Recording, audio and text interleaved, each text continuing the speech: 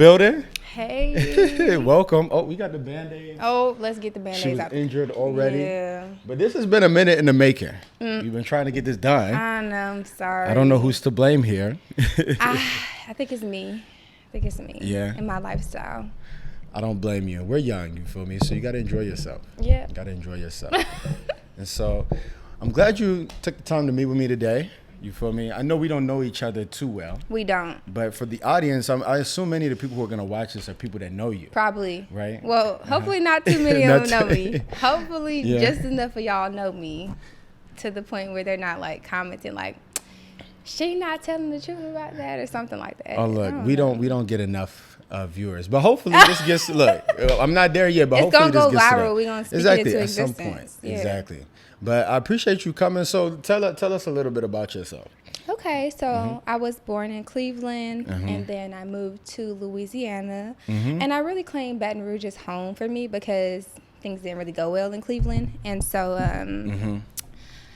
Baton Rouge, I met all my family who cared about me and my friends, and that's just really where I felt like I was able to blossom. And then I went to Southern, had an amazing time. Majored in communications, then picked up HR at the last minute. And then I got an offer at the bank. And then moved to Charlotte in 2023. Nice. Had the worst year of my life. Oh, my gosh. That don't matter. Right. Shook back. And here we are today.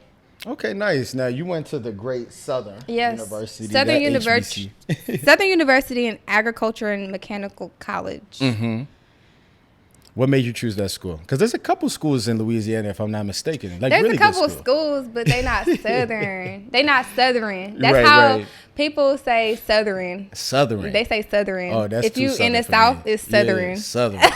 Yeah. Okay. But I honestly, I was in the marching band, and Louisiana is a big place for music and band, Yes. and like jazz and all of that. Yes. And so I was a dancer, and I would always watch Southern's band on YouTube, and it was just like a movie. Yeah. Have you ever seen those band videos? I have seen some of them across HBCUs, but I can imagine Southern's probably crazy. They look like Yeah. movies. They look Yeah. unreal. Even Beyonce, she picked up some of her choreography. I did from- peep. Yeah. And she has that, what's it called on Netflix? Yeah, with Homecoming. Homecoming, And she yes. picked up, so and then she used a lot of our dolls, the dancing dolls, for some of her videos. Yeah. Believe it or not. But anyways, like it was like this big movie thing, and so long story short, I went on a tour at Southern, and I really felt like I was at home. Nice. And I was like, I can't even see myself going here because, family issues and financial issues and stuff. But I ended up getting a full ride to Southern along with a bunch of some other schools. But Yeah. I really just felt like I was at home at Southern. And so I got accepted on the spot. And I called it home. I was like, this is where I'm going to come. Nice. And I don't know, the golden blue, just something about the golden blue just made Golden me feel Booge. like. What's that? That's our school colors. Oh, that's the school color. So not golden, but the golden booge? Gold and blue. Gold and blue. My bad. Yeah, Okay. it might I'm be my familiar a accent. little bit with Southern. I have a friend who went there from high school. They wouldn't stop talking about it.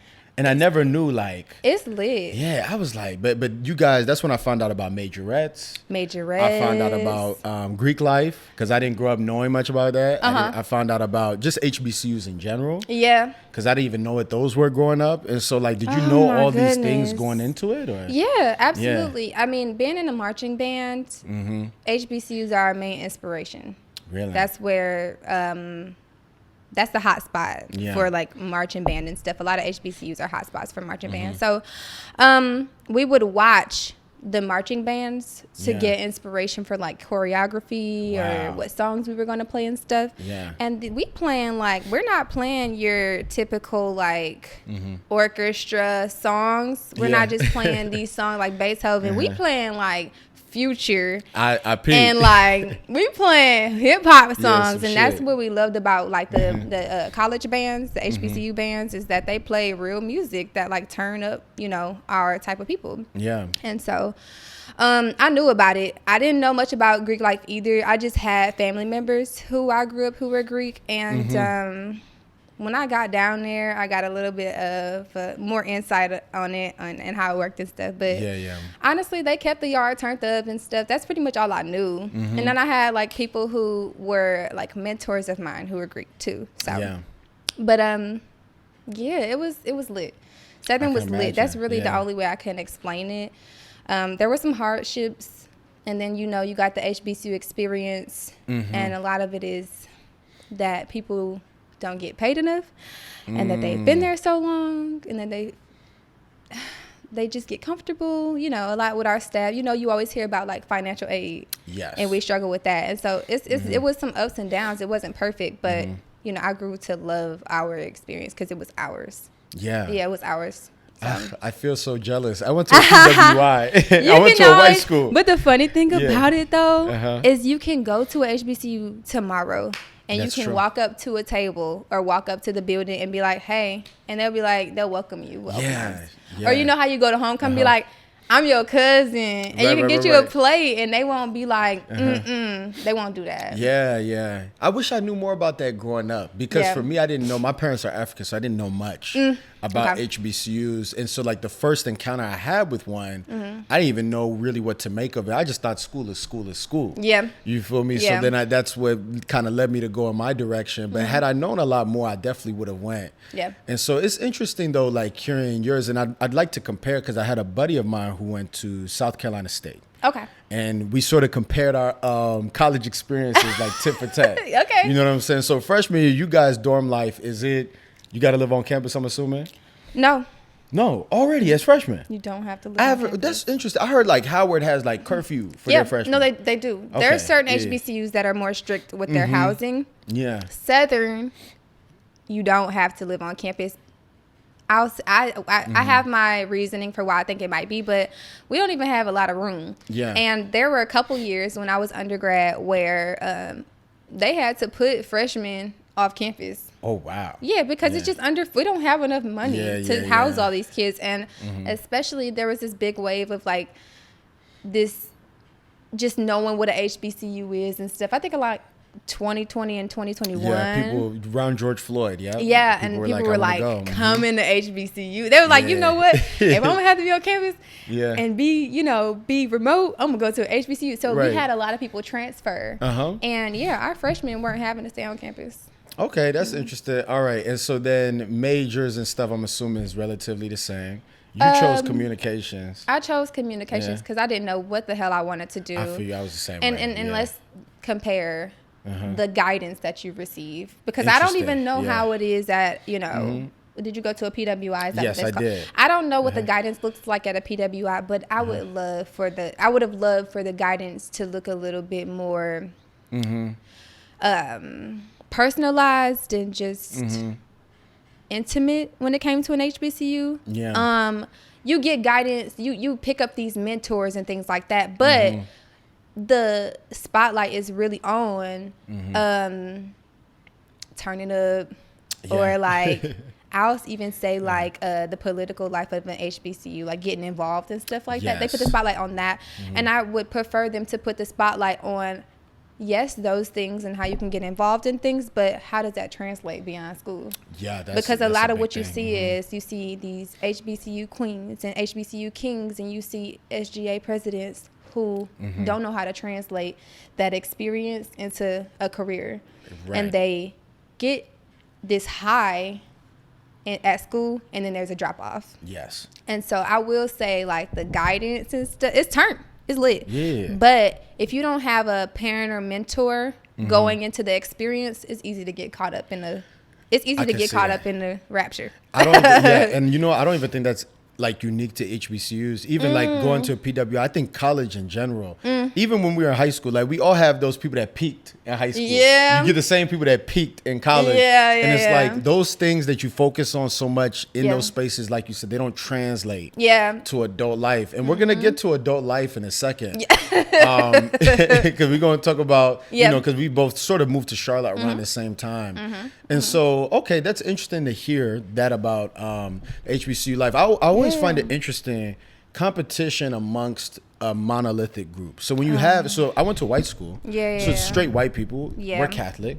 Okay. So there's a religious aspect. So when you talk about guidance, I always felt that there was a religious connotation with the guidance I was receiving, which I actually, now that I'm older, I actually really appreciate. Because things like ethics, they're different when they're framed in a belief system. Yes. Versus like someone giving you their own morality. But I would say, as far as the competition goes, I was the only black dude. I was, you know what I'm saying? I'm one of like 15 prominent black dudes on campus. So it's very easy for me to be popular. Yes. Very easy for me to be cool. I didn't have to try that much. I didn't feel like I was competing with other blacks. It's like, bro, there's only so many much of us. Like, we all gonna eat. Exactly. You guys, it's just blacks. Baby. So then I can see how I can get chippy amongst you. Baby. You see what I'm saying? So I'm interested to hear. Oh my gosh. Yeah. It is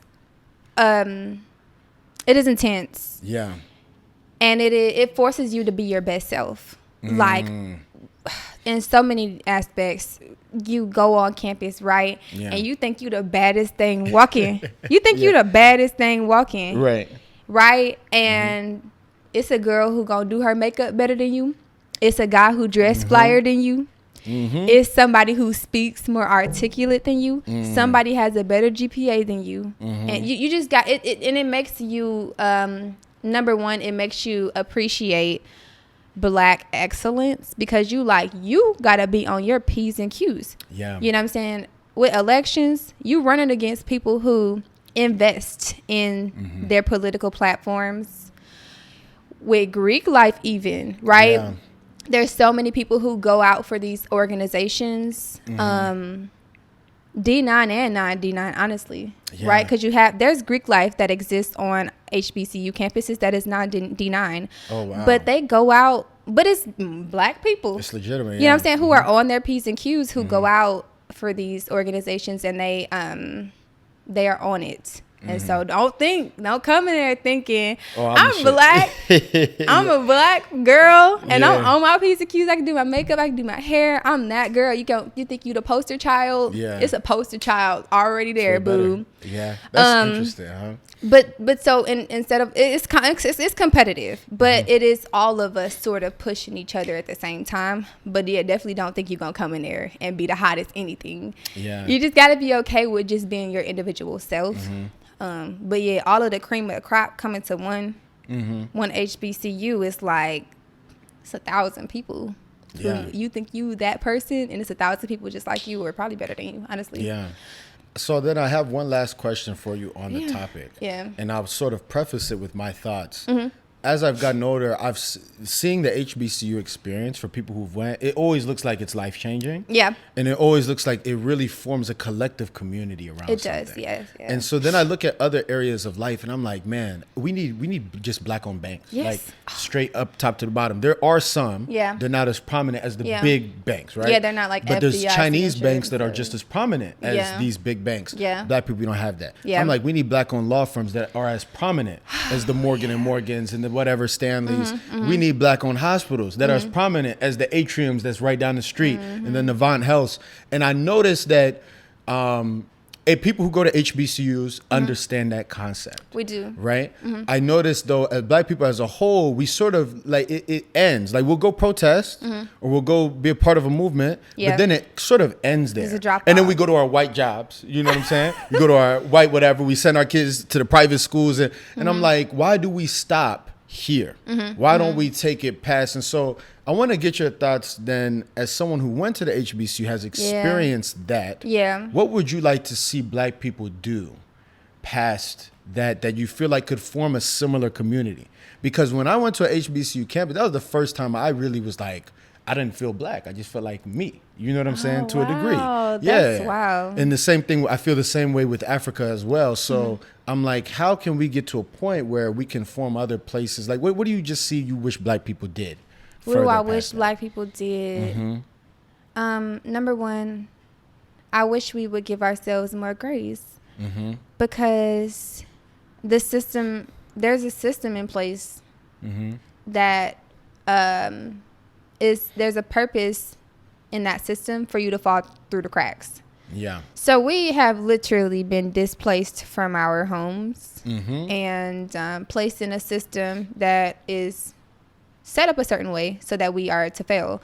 And so the fact that we are even able to create these communities and do such great things and become the first black woman to do this and the first black man to do that in a system that was quite literally set up for you not to do those things, just give yourself grace. Understand that you taking a break is the same as another person of a different ethnicity taking a break, and you deserve that break because you've worked twice as hard. Right. And so our communities have worked twice as hard. The people who you see trying to own their own banks and trying to do these things and even trying to have a corporate job. Yeah. They've worked twice as hard. You know that, Kevin. You know you work twice as hard. Let's be clear. You work twice as hard than the counterpart that you may see when you go into work. And so I think the first thing is grace, because we'll never get far enough in life if we keep moving the goalpost too far out. And so I think we need to, first of all be on the same page in regards to what success looks like. Because you're successful, you know what I mean? But I don't, you probably don't see yourself as successful, but you're successful in a situation where you weren't meant to be successful. So you're already like twice as much as successful as the person next to you. If that makes sense. I probably see what you're saying. Yeah. So you're already twice as successful as the person in front of you because you work twice as hard. Yeah. But it won't ever look like that in society, because society says black people could just do it just as enough as the person next to them. This is a land of opportunities. That's not true. Yeah. We can run it. We can run it, and we can run my lifestyle and how I grew up, and we can run it with you. Yeah. And we can run the two white people in front of us when we go to work, and it will look totally different. The barriers and the challenges that we had to go through would look totally different. Sure. And so I think that giving ourselves grace and understanding where we come from and where we are now will kind of help us to kind of progress forward. But you have a lot of people who think about our culture negatively, who put us in a negative light. You have these people who are they're famous black people. And they are quite literally paid to put us in a negative light. And so if you get people who are paid to put us in a negative light, that's all we gonna think of ourselves. And so kind of coming out that mind frame of like, oh my God, we doing so bad as a culture. We're doing this, we're doing that. We have people who are doing bad. Yes, but the system is set up for us to do that. So these people are just doing what they're set up to do and what they're programmed to do. But us, we like basically beat the system. And I'm not going to say beat it like, oh, we don't got to work no more. We got freedom and everything. But we quite literally were in a system that, set us up to fail. So that's my bottom line. It's just we need to give ourselves grace, understand where we are, be proud of ourselves, give ourselves grace, not hate ourselves because we work twice as hard, and not compare ourselves to other cultures. You know what I mean? Yeah, I think that's a perfect answer, honestly. I've heard that answer before, and I've always agreed with it. Because like you said, black people, especially in this country specifically, right, they started off at the bottom. So to already be below the bottom. Yeah, below the bottom. So to be where we're at this point is already an accomplishment unto itself. Yeah. I think the only last thing I would tack on to what you said, because like you said, there are successful black people who are doing well. We got to highlight those people more. Because I think that's another thing we don't do in our culture. We highlight rappers, athletes all the time, entertainers. We don't highlight the black people who are doing well in other arenas that we need to be doing well in. Only last thing I would add to what you say, accountability. Accountability. Now I agree with that, boo. And we all do. I think though accountability looks different across the board, and it sort of starts with where you're at. So holding your family members accountable, your friends, your close friends, and saying, hey, we got to do better. Like we shouldn't be doing X, Y, Z all the time. Sometimes we need to volunteer in our community, be around, mentor the youth, those type of things. So, but I love your answer, and I appreciate you sharing that, because I know it's a very tough, open-ended question. But I think you gave the perfect answer, truly. And so we can move on from there. You did college, HBCU. I'm glad to hear that part. Me and you have both moved in Charlotte. Yes. Right? We've been here, I want to say it's been 2 years for you now? 2 years. Right. 2 years for me, too. I feel like 10. Right. How's life been for you? It's been good. Okay. No. It's been interesting. I think when you graduate from college, you come out of this bliss. Yeah. Because I had a good time in college. Me too. You telling me. I had a great time. It was just pure bliss. Like no bills. Even when I interned. at like particular, particular companies, and they would fly me out to a city. Mm-hmm. They'll give you some money. That's true. Yeah. Pure bliss. Mm-hmm. But when you graduate and you get bills and stuff start popping up, and you have to be an adult, you have to sort of find a different kind of happiness. Yeah. You have to be okay with that, a different way to sort of touch happiness and find your own joy, like day-to-day joy. Mm-hmm. What's going to keep you kind of propelling forward. And it's the little things. It's when you come to work and you have a fun conversation with somebody, or you see somebody who you know at work and you able to like run off and have a kiki with them or whatever, go have a lunch with a bro or whatever. It's the weekends when you get to have a party and get to see your people and stuff. So I think it's just, I'm finding that happiness that it really make you appreciate the little things and the in-between stuff. Yeah. Not the big, like, oh, I got a promotion, or, I went to this big, conference or whatever. It has to be like the in-between things that keep you moving forward, because life is hard, especially now. Yeah, especially now. Our generation seems like we've gotten the worst end of whatever the fuck is going to be. Oh my goodness, yes. Uh-huh. We got it bad. 2020 inflation, the way it's set up, like, we thought, oh my god, we thought it was gonna get better. Yeah, we all do, and I still have hope. I just think everything is gonna change. I think that this generation, our generation, we gonna be acting a damn fool until we like 50. Oh. Because because we did not get that sort of house training, like.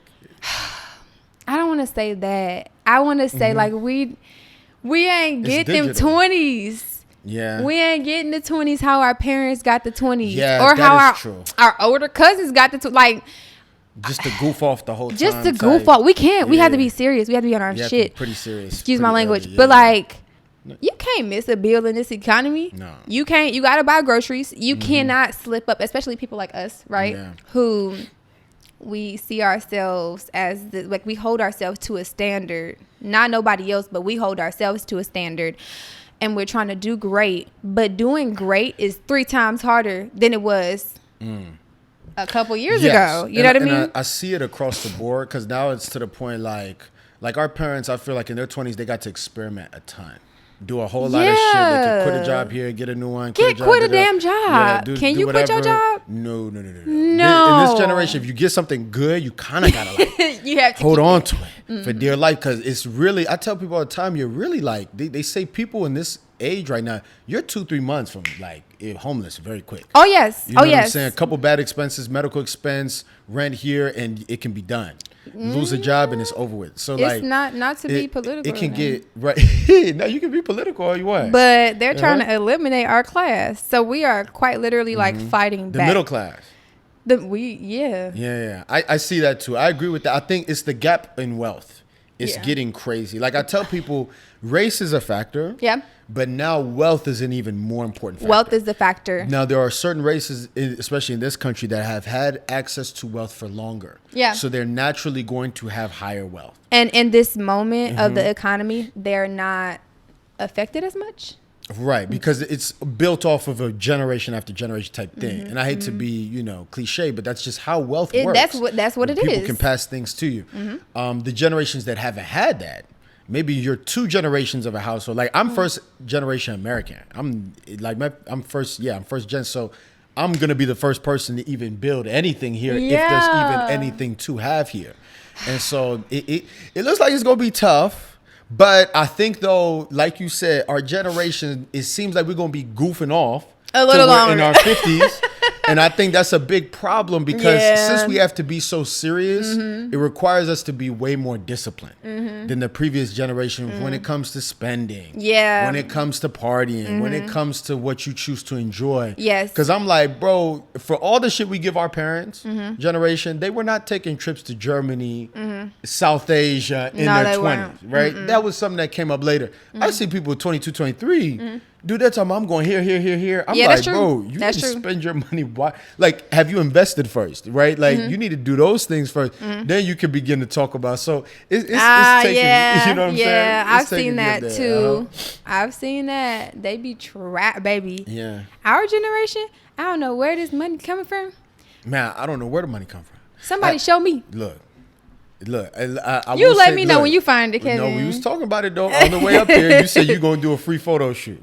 I mean, yeah. And I'm like, women have access to a type of money naturally. I don't, but like that's the thing. It's a passion for me. Oh yeah, and for money is to me, money's an object, and so yeah, I'm going to do a photo shoot or whatever. He could charge me. You know what I mean? Yeah, he could charge me, and I could charge him, but we're not gonna charge each other. So okay, fair enough. So tell me then, corporate life, right? Because when we talk about money, right, we're getting it through. You gotta get it through work. Yes. Right. Yes. So I'm interested to hear though, how's corporate life? I guess. Corporate life for me, it's a learning curve. Yeah. I think it's a learning curve for all of us. We know, you know, it's a learning curve. We are learning. What do even you feel like, if you went to what do you feel like you got to learn in corporate life, I guess, just from your perspective? So corporate etiquette is something that cannot really be taught. You have to experience it. That is true. Because there's a lot of different facets of it. You can go through a corporate, I've been through fellowships, and they teach you, quite literally teach you what it is to be professional and what it is to be able to collaborate with others in a corporate setting. But there's certain things, little email things or little nuances. Even nuance is a piece of vocabulary that you really don't know about until you've gained your corporate etiquette, whatever. And so it's a learning curve, right? I think it's a learning curve, even people who are not our skin color. And so it's that much more of a learning curve because it's not really our culture. It's not, and it's not as organic for us because we really would love to be anywhere else but there. We love to create for our own communities, and when we get to kind of touch our communities, it's great, right? When we get to do the community service and stuff. But you know, it's a learning curve because you have to learn how to sort of be a servant to what the purpose of your team is, and do that while having that etiquette that you just have to learn. You just got to get it out the mud. That's interesting you say that, because I definitely agree with you there. There's a corporate etiquette and a corporate culture that you have to learn. You have to. However, though, it is going to be easier for you if you're brought up in that culture. True. Or if you're not. The fact of America's majority of the big businesses are owned by a certain culture. So even as Black people, when we're walking in, we're already having to adapt to their culture in order to try and fit in. I feel bad for people sometimes because even race aside, like, corporate culture to me is such BS a lot of times. It's so BS. Because it's the way that you send an email, the way that you approach people, the way, and like you said, no one teaches it to you. Yeah. Like, I'm lucky. I have a lot of mentors at work. So they try to pour into me where they see, and honestly, I don't even know why they do, because they don't have to. But I have noticed some people, if you don't get the mentors early and you're just sort of doing everything for the first time live, you will make a lot of mistakes. Oh my gosh. Like whether it's performance reviews, whether it's how you ask your manager certain things, how you interact with your coworkers, what's appropriate, what's not appropriate. You know, and then also knowing who you are. Like, there's something that might work for someone else that may not work for you. And you got to know that. And I hate it because it becomes this game. And I tell people, it doesn't matter how hard you work in a corporate setting. That's not what's going to get you to the next level. What is it, Kevin? You know what it is. It's the politics. It's the politics, and it's who you know. It's who you know, and then it's what you know. It's how you know what you know. It's who's cool with so and so, who goes to drinks here. I try not to turn down happy hours or lunches with people because I know I need to just go and make that connection. Because if I can reference you at a later point, then you see what I'm saying. But it sucks because it's so anti what you're taught as a child. As a child, you're gonna be taught work hard, be nice. Thank you. Be nice. Be a good person. Don't lie. In corporate, you're taught withhold information. You shouldn't be talking about everything all the time. You're gonna be taught, you may have to, go under some back door here or whatever. You're taught might have to step on some people. You taught hard work don't matter. It don't. You know what I'm saying? So it even makes me wonder, how am I gonna raise my kids in a world where the things that should matter in your house don't matter outside? You know what I mean? So that's my sort of take on it. Oh, you're so right. You're so right. Yeah, it is the opposite of what we are taught. We're taught, be who you are. Yeah. It's so sweet. But everybody deserves to know the true you, like, and all of these things. And then they're in corporate America, they're like, you better leave that at the door. Yeah, leave it at the door. All that stuff better stop there. Like, I'm always in conversation with people, and I'm always choosing my words very wisely. Oh, absolutely. Because I've noticed if you start giving up too much information, people, like, my favorite question in corporate is, oh, what'd you do this weekend? I'm like, oh man, I relax. I stayed in the house. Relax the crib. Yeah. I planted a flower. I planted a flower. You can't, because tell them you went out partying and you was doing this, that. People are judging you. They're judging you so hard. And then even when you're black, they're like, oh, he likes to do this. He likes to do that. He's a rowdy guy. I don't know if he's da-da-da. So you got to withhold information. And it just makes for always putting on a mask, taking it off, putting it on a mask. And then you get so used to it. I had a little identity crisis or very early on in the corporate setting because when I was trying to be myself, I didn't like how I was being received. When I was trying to be someone else, I noticed I was being received different. And then I was like, what does this mean for me? When do I get to be myself? You know what I'm saying? Because even with your friends, you might have to put on a mask depending on who you're with. And I really didn't enjoy it. But as I've gotten older, I've realized you have to create the space. To be yourself. You have to create that space. Create a space, whether it's in your home or at church or with a certain group of friends or with certain family members where you can really be yourself. Yeah. You know, so. Yeah. That's why if I stay in corporate America, because I always say this to my friends, I'll go work at Ulta and be happy. Yeah, right. And do it so good that I will get paid and I'll go work anywhere and stuff. I don't have a loyalty to corporate America. Yeah. I think it's quite the opposite, actually. If we could get paid doing something else, I'm sure we would probably choose to do that other thing. Yeah. As long as it's like not physical labor. But I want to be an individual contributor, which means you don't got to talk to nobody you can talk to people, but you don't necessarily have to collaborate with a lot of different people. You've heard of that role. It's like you just basically you're coasting, you get you're good at what promotions, you know what I mean? And you're not necessarily having to collaborate with a bunch of people and show this face. And so I think if you do corporate America, to the people listening, if you do corporate America and you find yourself having to put this mask on and it's not comfortable for you, or you find yourself having to kind of leave all of your everything at the door and just your soul don't even follow you into the building, go for the individual contributor role. Because you don't have to sort of create a new identity.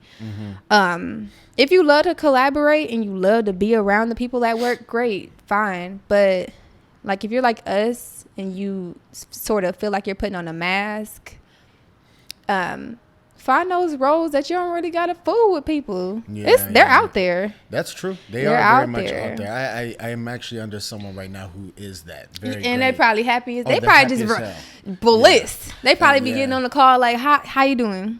Yeah, I never understood why, like, even in conversations, people turn down certain promotions. Because if it means they're going to have to manage. They don't want to do it. They don't want to do it. Exactly. And it's very much okay. Yeah. When I came in, I had these, women, even black women, who I sort of like, I won't say idolize because I don't idolize people, but I looked up to and they inspired me. And I was like, I want to float to the top of this company and be this position, that position. I'm starting to learn as the time goes by. It's not all this crack. I'm okay with coasting. If I'm comfortable, I can travel. I have a nice house. I can coast. And we actually would do certain stuff with HR where we would look at people who had been sitting in the same spot and be like, what is this person's problem? They don't want to move. They don't want to move. They don't care to move. They don't care about the company. No, they know the company does not care about them. And they're okay where they are. And that's okay. That's okay. Okay.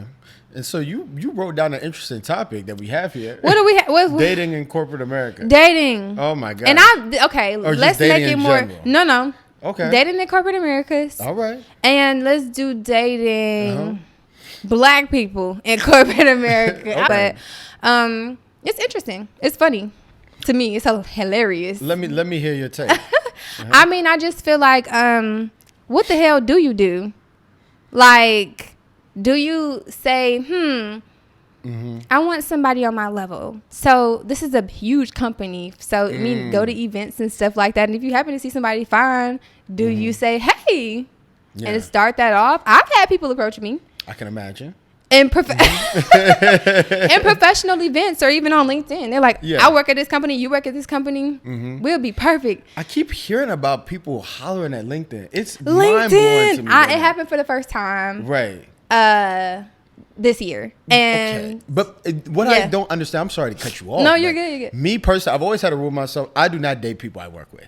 That is just, you feel me? That it's a classic men rule. Do not shit where you have to eat. Yeah. Right? And I've always believed that. I still believe that. Yeah. When I was a lot younger, I had a job and I worked with a girl. She liked me. I quit the job. You quit I quit the job. I quit the job. But yeah, I said, dude, look, we can do it. I just can't. While you feel me? Because if I have to show up to work, even in big companies, people think they will never interact. That's not how it works. One day you might get assigned to a team or a person, or if you guys are in the same city, your teams might collab, or someone has a role change here, and then boom, you working with you on the same floor as someone that you are romantically involved with. And I've never heard a scenario where it ended well, especially amongst black people. Especially because and then black people, for some reason, not even black people, just men and women, we get in this chase of who's making more money, who's da-da-da-da-da, and what's a provider, what's not a provider, and it can get messy. So for me, I'm like, if I'm always working away from my partner, we can always move amicably and work never get in the way of our relationship. Yeah. But I'm curious now to hear you, whatever, right? Okay. What is the dynamic, I guess, for people who are trying to date in the corporate setting? Yeah. I've dated in the corporate setting. Okay. It's almost impossible if you're a baddie. Oh. No. My mentor, she told me the same thing that you said. She said, Monae, don't get your honey where you get your money. That's what she told me. And I said, girl, it's too late. No, I interned out here, and I dated a guy like while we were interning, and it was fun. Okay. It was fun. It was no issue. Right, I mean, I guess it depends on the type of person. If you know that you're dating an asshole, don't do it. Don't do it. Because I've had plenty of guys who I felt like, you already crazy. You already somebody who I really don't know if I would go for. I'm not finna test the waters at my job. But, the guy who I dated when I interned was like a bottle of Valium. He was chill. He didn't really give a shit. I didn't really care. You know what I mean? So it was really more playful. And so I think in that space where it's like you just chilling, you know what I'm saying? You just dating. I don't see nothing wrong with it. Okay. Tell me, you said something interesting in there, dating on your level. I always assume, and especially with women, if they're dating in corporate setting, it's usually because, she has a pretty good income, right? So she's trying to date men at or above that. What does it mean, I guess, when women are trying to date at their level? Because I hear that a lot. I didn't mean that. I guess what I would say is it doesn't hurt to have your eye on somebody for me. Now, it's a case-by-case thing because, like I said, there's an asshole, and he gonna be an asshole, don't date him. Yeah. But if it's a really chill guy who really does not care, he's not gonna care. Like, you see him at the freaking printer, he gonna be like, hey. And then you're like, hey. But if it's somebody who you really see yourself going crazy with, maybe not. Maybe not. But if it's turn up at work. But if you're 24 years old and you're not looking for nothing overly serious right now, and the person's a chill person, I don't see the problem with it. Now, dating on the level, let me start with that. Dating on your level, I don't think it's a thing that real women like, we don't date. That's not our number one priority. The number one priority is a man who is a man, who's a leader, who has all the qualities that we want. All of them. Not all of them. A lot of the qualities. A good amount. Somebody who we would call a catch, right? And that's not physically. It maybe physically is a part of that, but it's not. To start off with, if you're a man like who has all of the things, like you're like, oh my gosh, girl, he opened the door for me. We had a good conversation, this and that and the third. And so everything is checking off. That's not our main priority, that you're on our level. Yeah. Right? Because being broke is a mindset and being rich is a mindset. And so it's more so that if you are in a situation where you're dating in a city like Charlotte, it don't hurt to look at an event. It don't hurt if you at an event with black people and you see, you like, he cute. It don't hurt. It does not hurt. Some people be like, no. But at the end of the day, the same way that you going to meet a dude in the club. Yeah, that's true. You going to meet him in the club. That's and you going to go back to that club. Yeah. And you can't even be the same girl. You can't even... can't even get down how you want to get down, because that dude's still gonna be at that club. So it's the same way, essentially. Like, you gonna run into a guy at the club who you used to talk to. You gonna run into a guy at a pool party who you used to talk to. Corporate's no damn different. Corporate's no damn different, because it's still an aspect of your life. Even if you go to church and you meet a guy at church and y'all get into it, you gonna have to see him at church again. So it's just how life works. You know what I mean? Unless you're right. I like how you put it, because some things are unavoidable. You're gonna see people, you can't control it. So you might as well, if a good opportunity that fits your standards, you might well take it. I'm glad you said that. That kind of changes my perspective. And if you work at the same company and it got real good benefits, ciao. Right. That's great. Seriously, I know. I mean, I've heard of couples who work at the same company. And it's like great because they're all on the same page. It's like, you get the benefit, sense. That person get the benefit, come together. Yeah. So. Makes sense. And so what I want to hear, because we had a bit of a depressing topic earlier. What was that? Just talking about, adulting in this age and how tough it's going to be. But I'm curious, what are you looking forward to, though? Like, what is something you're like, you're so looking forward to, maybe in your 20s, 30s? Like, what is something that excites you? Something that's exciting to me is getting into that groove. Of being comfortable. Right now, I'm still sort of figuring out my groove, and that's with career, that's with dating, that's with social life. It feels, I've been out here for 2 years, but it feels like I've been out here for 1 year, because that first year was just me getting established out here. Yes. And so it feels like I've only been out here for a year, because I've only been social for a year. Right. So I think getting into a comfortable groove where I have my friends who I kick it with, I have the events that I go to, I have the career that I want, and I know it. Because, when we're like kind of going through different careers and stuff, trying to get it out the mud, you don't really have time to really get a good groove in that. And so getting that big girl job where I'm comfortable with the money too. But like, you're in your groove and you're comfortable and you have that consistency. That's what I'm looking forward to. And I think it's going to come sort of sooner than later for us. Yeah. Because we're right now, we're getting out the mud. So I think I'm optimistic about getting into my groove. I kind of feel it coming too. So I love that. I appreciate the stability of life. Like you said, getting into that groove. Yeah. However, I'm also realizing life is so fucking short.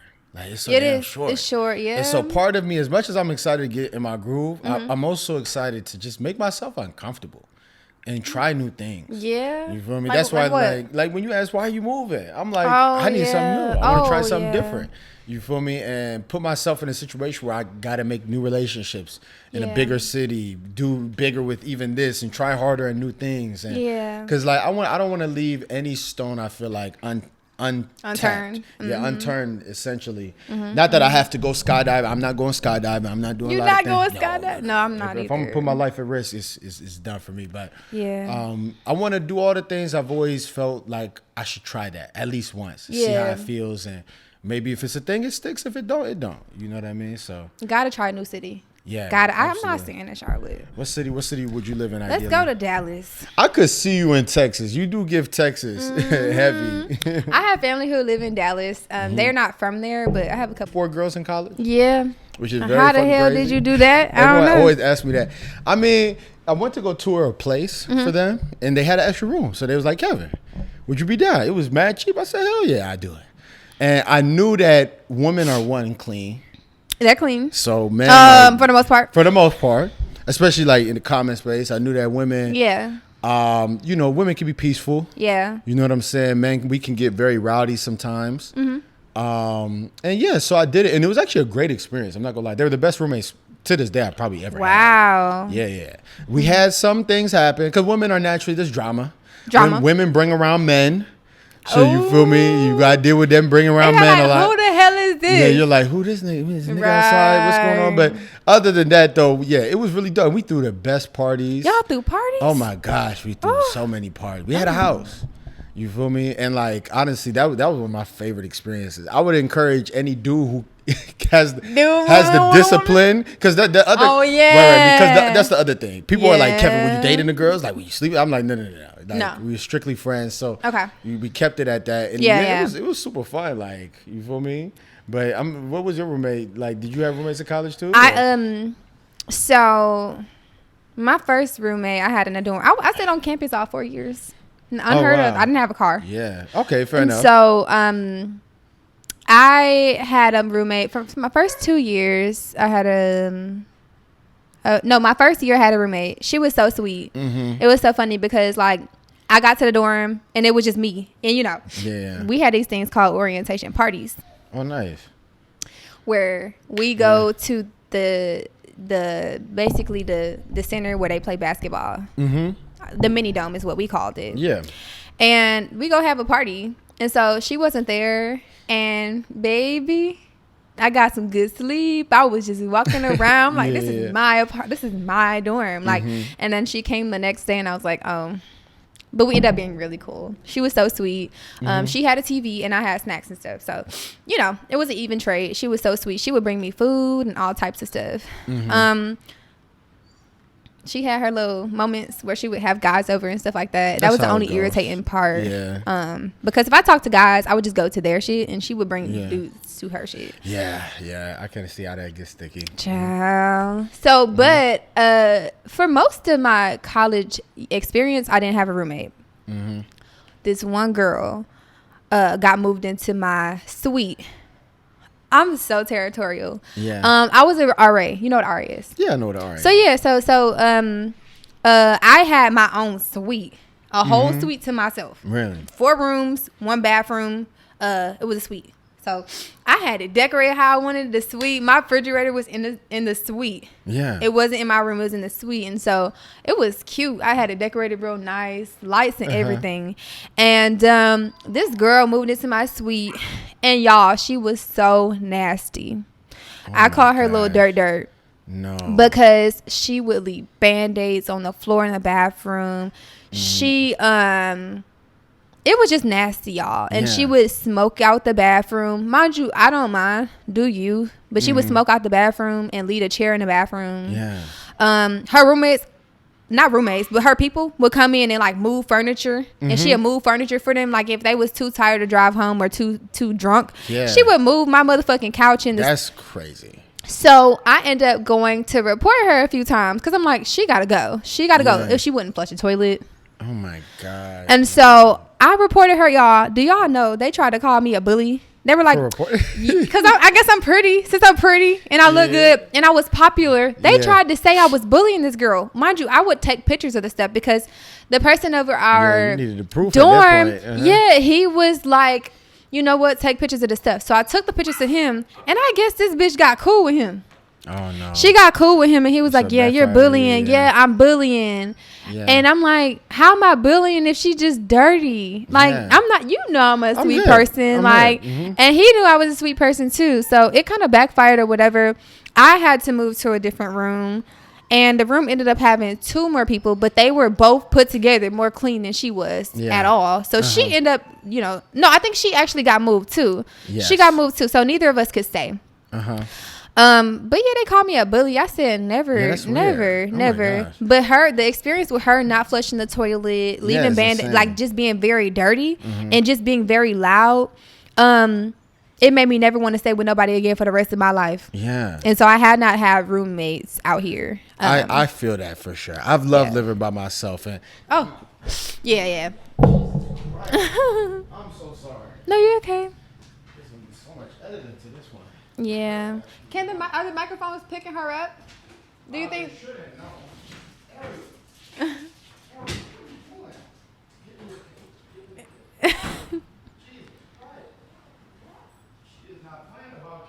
I don't know. She must have knew me in a previous life. She like you too much. For real, I have never seen her act like this. It's feminine energy. It's gotta be the pheromones. I'm like, it's as if you have another dog and she can smell the dog. I don't. That's the crazy thing. Right. Okay. All right. the struggle is real. Thank you for sharing that story. And actually, while you were talking, I was like, man, you're a pretty interesting person. I feel like you have a lot of interesting stories. I feel like I do. I have a lot of interesting. Okay, stories. are there any that come top of mind? Let's see here. Any interesting life stories? Life stories. Because I don't share too much about my life either sometimes, but I have some stories too. Like I lived overseas for a bit. Really? So yeah, that's kind of why it took me some time to graduate college. You've never been out the country? Never been out the country. Oh, you gotta go. You're tweaking. Where do you want to go? Somewhere. Oh no, you got to know. You got to figure it out. I just came from Mexico.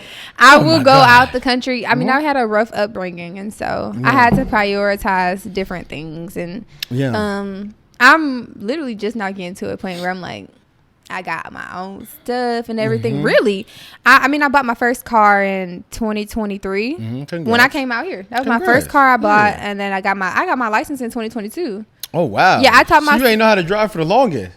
Nobody taught me. I ain't getting no car if you driving. What? You just got your license? Baby, I could drive. Yeah, okay. I could drive now. Yeah. But I drove 11 hours.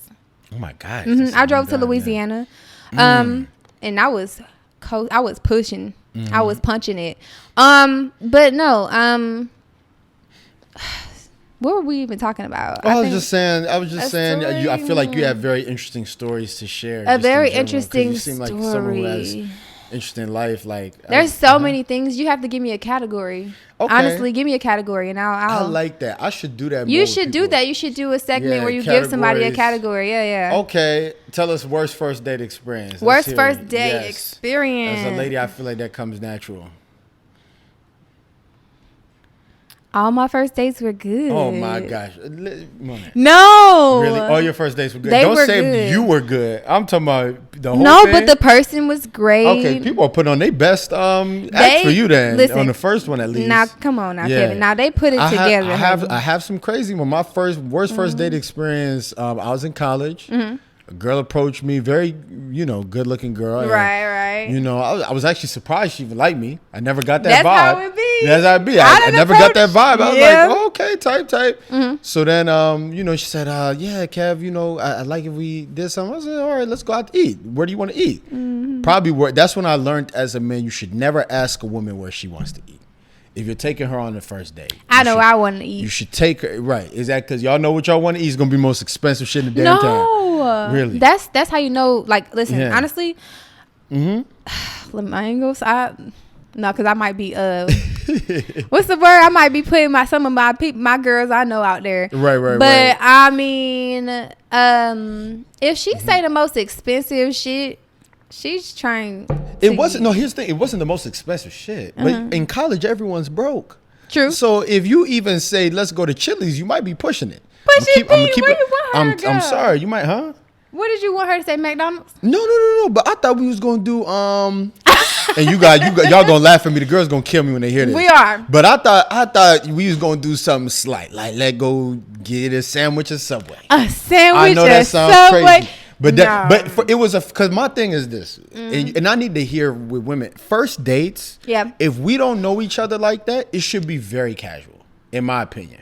I know that sounds crazy, but because why would I do the more expensive dinner if you see what I'm saying? We don't even know if we like each other yet. You know what I'm saying? Well, that's because men in society have framed it that way.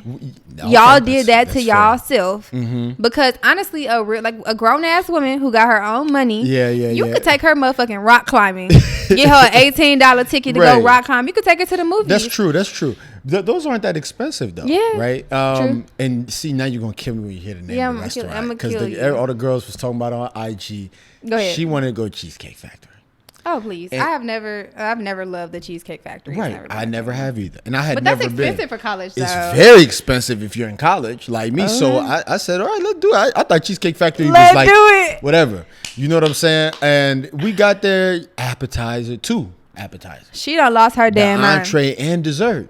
So you know me, man. I almost ordered a salad. He said perhaps the salad. She said perhaps not. that bill came back.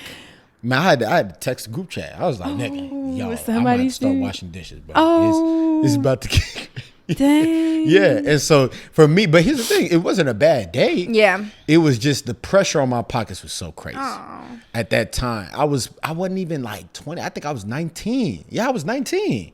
So I was like, man, this is too much. So that's mine. But you had all good first dates, so we can't do that with you. Yeah, because I didn't really date in college.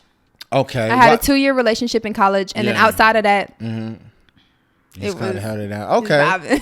Fair enough. vibing. All right, craziest story, just college, period. Craziest story in college, period.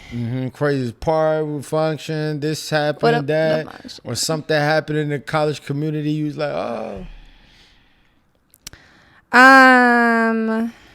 Goodness, there's so much in college. Yeah.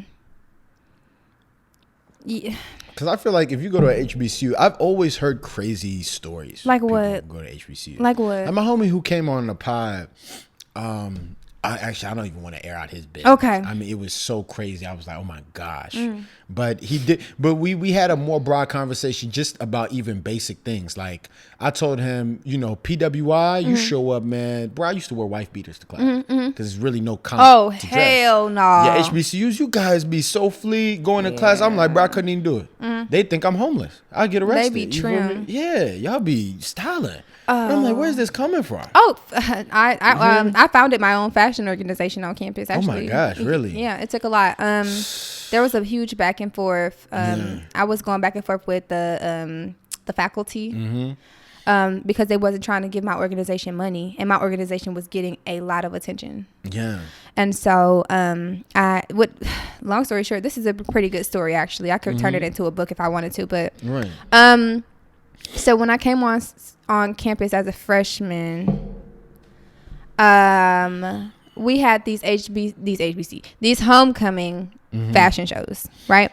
And for the homecoming fashion show, you would have a bunch of different alumni and students who had their own brands, and they would participate in the fashion show, and you would walk and the brands would pick you. Yeah. So, for example, if I had a brand and I seen the models walking, I would be like, I want her, boom, boom, boom. So you can get used multiple times as a model. So I felt like, oh, I'm pretty, whatever. My mama was a model. And I go and walk, and nobody picks me that first year. Nobody picked me, and I was really sad, y'all. And I watched the fashion show, and I think I almost cried. Yeah, because he was like, I know I look better than so. But they was setting it off. They was walking, baby. Oh, they could do it. They could walk, and I just didn't have the confidence. I didn't have the confidence yet. That's fair. That's honest. So I made it a mission to really get myself involved and taking pictures and things like that. And I did my first photo shoot in 2021. No, 2020. Okay. And it went viral. Oh wow. Yeah, I'll send you a picture. Of course. You can put it up or something. But it went viral, and it got about almost 2,000 likes. Yeah. And they were like, who is that girl? Da da da da da. So I would get called for a lot of different photographers trying to do photo shoots with me. You know what I mean? And that's why it's so par for the course now. If a photographer want to do a photo shoot, it's just come on. Because that started in college. I would do a lot of photo shoots. I had them back to back to back. And so there was there were people on campus who wanted to learn how to walk. They wanted to learn how to pose. Fashion organizations who didn't know how to book a table and sell their stuff, or have a pop-up shop. And so I wanted to bring that to the campus because I saw that it was missing. And so I founded the organization, got me a board. It was so hard. It was so very hard. Got funding. Oh, nice. Hosted fashion shows, hosted pop-up shops. People with these kids is making you like you said, you're broke in college, especially if you got a clothing brand in school, you're broke. Yeah, that's a lot. And so the clothing brands were literally coming up to me thanking me oh yeah, I made $500 tonight. That's a lot. No, these brands were making money, and so it got to the point where I was able to. I had to put an application out there. Yeah, where you had to apply to be a part of the fashion show. Oh, wow. And so it just got to a point where my fashion show and the homecoming fashion show started to collide. And it was big, yeah. They were like, nah, Monae, you could join our team if you want. And I'm like, nah, I want to keep my stuff. So they start pulling funding away from my organization. Oh, wow. I got into it with the person who was over organizations at the school. Yep. It was a big blow up. And I got into it with this one boy, actually, because he was in SGA and he was just... SGA is the one who controls the funds, because I was at SGA. Part of it. They control part of the funds. Right. But the adult in the role over it. It's they who are appropriate funds to different people. And so anyways, I was going back and forth because SGA be put like we was going back and forth with the money, like we get it, no y'all get it, whatever. And it was pretty much, it was all for the same purpose. All of us are trying to create this space where fashion is a big thing. And so ultimately we were able to kind of collaborate, put together the fashion show and stuff like that. But I kept having to go back and forth with the faculty. So I just kind of let my organization float off into the air. But one thing about it, I was the most requested model for all of the homecoming shows all the way from 2021 till I graduated. Till I graduated, I was like the most used model for all of the brands. They would just keep seeing me come out.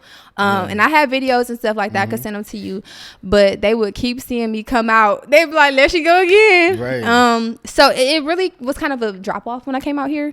Because I didn't really push off into the Charlotte scene. I just didn't really care to be on top of the radar. Like I wanted to be under it for now, but who knows? I might see what happens. Yeah. How do you feel about the Charlotte scene? Like now that you've been here, because like my take is, man, Charlotte, it acts like it's fast, but it's slow. It ain't fast. Yeah. It's actually sometimes it's too slow. Yeah, that's what I'm saying. And you be like, where the fuck the function? Yeah, literally. Like, you what's see up? the same people at every joint too. That's what bugs me. It's irritating. Yeah. And there's not different vibes. It's the same vibe, the same cadence. Even my shit 2 weeks from now, I'm like, I know exactly how it's gonna go. And, well, you know but you know how to turn us up though. Like I do. Yeah. But I can't speak for everybody else. Exactly. Like, it's kind of whatever everyone else gonna do. That's true. I mean, I think being able to create that space though, where you like, this is something different. I know when I come out there and I have my outfit on, it's gonna be something different from when I go to the clubs out here, because the clubs is the same damn thing every time. But it's like it want to be fast, and that's why Charlotte really makes you want to go to a bigger city. It makes you want to be like, okay, if this is like this, and I know I could do more. I can go to more conferences. I could volunteer more. I could have more friends. I could use more friends. It make you want to go to a Chicago or a Dallas or something like that. So it's already established. It's tricky because Charlotte, everyone's advertised like, oh, it's growing. Yeah. And you get here and you're like, is it growing? It's just expensive as hell. The housing market here sucks. Yeah. It sucks. I mean, I just would not purchase a house out here. Unless it were looking good, but it's not. And so, nah. I mean, and I'm young too. So even if I did want to live in Charlotte and just get settled here, I still wouldn't stay in Charlotte. I still would probably go off and maybe come back. But I even noticed, I feel like it'd be better, like you said, to leave and come back. If that. I'd raise a family, I guess, here. Yeah. Just because it is a slower city. They have the school system and whatnot. The school system, from what I hear, isn't too bad. No, yeah. And then, like, even from a work setting, we all work with old people here, man. Like, Charlotte is where the old people work, bro. I'm sorry. It is. Yeah, it's just, nobody. I see people, I'm like, man, how old are you? But, it is what it is. But okay, that's interesting. And I feel you as far as trying to tap into certain scenes, because like if you were big in fashion in college, I can imagine you want to here. And I could. Right. I could. I'm just trying to. Charlotte's so small that it's a city you have to be careful with. You have to scope it out because you want to start off on the right foot immediately. Yeah, because when I was in Baton Rouge, there were people who I had it out for, who had it out for me. There were magazines and things like that who I got into it with because of the unprofessionalism, or photographers who I just wasn't feeling like that. And with Charlotte, if it's I done blocked a few photographers out here. Let's be clear, okay? So don't think you got a monopoly over the city or whatever, because it's a big city. But I think it's such a small city that you have to be careful about who you collaborate with. You have to be careful about who you connect with and who you attach your brand to. And so that is why I'm being careful. I could post anything on my page and get that shit to going. Let's be clear. Like, I have a lot of traction out here for no reason, and my page is closed. Right. People want to follow me. I have like maybe 50 follow requests. People who might have seen me like in a picture for a club, like how they take pictures in the club. I know. Like the recaps and stuff like that. I mean, people that like Charlotte probably wants to have their attention on me, but I'm a chill out. This is my get myself together, and I feel like God is gonna call me to a different city pretty soon, just like you. You know what I mean? So I can see that. I feel you on that. I think part of getting older is being more selective about opportunities. Absolutely. When I was in college, I used to jump at anything. Like, if you threw something my way, pause. Let's do it. You feel me? Yeah. I'm like, oh yeah, for sure. Let's do it. I want to try this, try that. But now, even like in the podcasting sense, I know that I don't want to talk to everybody. You don't want everybody's opinion out there. It's dangerous. I don't want to talk to everybody. I want to talk to people who I genuinely feel like we can have a conversation. True. You know what I'm saying? Yeah. And I'm not trying to do clickbait shit. So there are guys and girls out there, their pods are very clickbaity. Yeah. And the topics are very, across the board. And even me, I feel like sometimes I can fall into that. But, I want to build my brand, like you said, controlling my brand to where I'm very versatile, where I'll talk politics with you, or I'll talk history with you, or I'll talk what's happening in the economy, or I'll talk, fashion, or I'll talk what's happening in dating, or I'll talk young people. I can talk about it all. And so part of doing that is being pretty selective about my guests. Understanding also that it's entertainment at the end of the day too. It is, yes. So you can't always this has to be an entertaining conversation. You can't just come on and say 2 + 2 is 4, 5 + 5 is 10. You know what I'm saying? Like, because there are spaces that do that. It's just not going to bump as much. You know what I'm saying? Because people do want to hear, like, there has to be a little bit controversy to everything. It got to be a little controversy. Even in fashion, like, there's got to be something that pops out, that stands out, that people say. And for me, I feel like, at least right now, because I'm not famous, so I want my guests to sort of be that. I love having you on, or an Alyssa on, or even like I had Emma on, or I had some of my homeboys on, and I love that people are curious to hear what y'all have to say. That's awesome. Because maybe they hear you, they know you, or they don't know you that much. Yes. And they're like, I wonder what so-and-so has to say. So they are going to wonder. Exactly. You sharing so much about maybe your upbringing, being at a HBCU, being here. They're going to be like, oh, she thinks this, she thinks that, you know what I'm saying? And hopefully it's something you can take with you. I hope so. Right. You know what I'm saying? And hopefully, I love for guests to return. So I even hope to have you back at some point. Oh, I would love to come back. It's such a comfortable space. I mean, the conversation is just so organic, and people don't hear me talk, Kevin. Yeah. I mean, I'm not going to lie, they don't. Because even I was asking around about you. Did you ask about me? Yeah, I did. I asked around about you. And, what'd they say? Oh. Uh-oh. Have these three the feedback. Okay. Cool. Okay, we still going. Okay. Yeah. I had asked around about you a little bit. Because I always do that if I don't know the person too well. Because I don't know you too well. I could have came in here and right. You feel me? So no, I was asking like that, but I was like, so how is she? What is she interested in? And no one had much to say. They're like, honestly, I haven't spoke to her that much. I said, okay, so she's been mysterious. Yeah. You feel me? So I was curious coming into this, but like you said, it's been a very natural conversation. It's been great vibes, and I wish we had more time. I know you have to dip out here soon. I do. But let's do this. We got to do this again. Let's do it. Yeah, you got to pop out again, huh? I will. Yeah. And so, you guys can follow her, because niggas going to be, where can I follow her at? Oh Y'all can follow her at, what is it? _.slaybay._ There you go. And I appreciate y'all for listening to this, tuning in. The dog sort of cut this up a little bit in between. Area. And now she's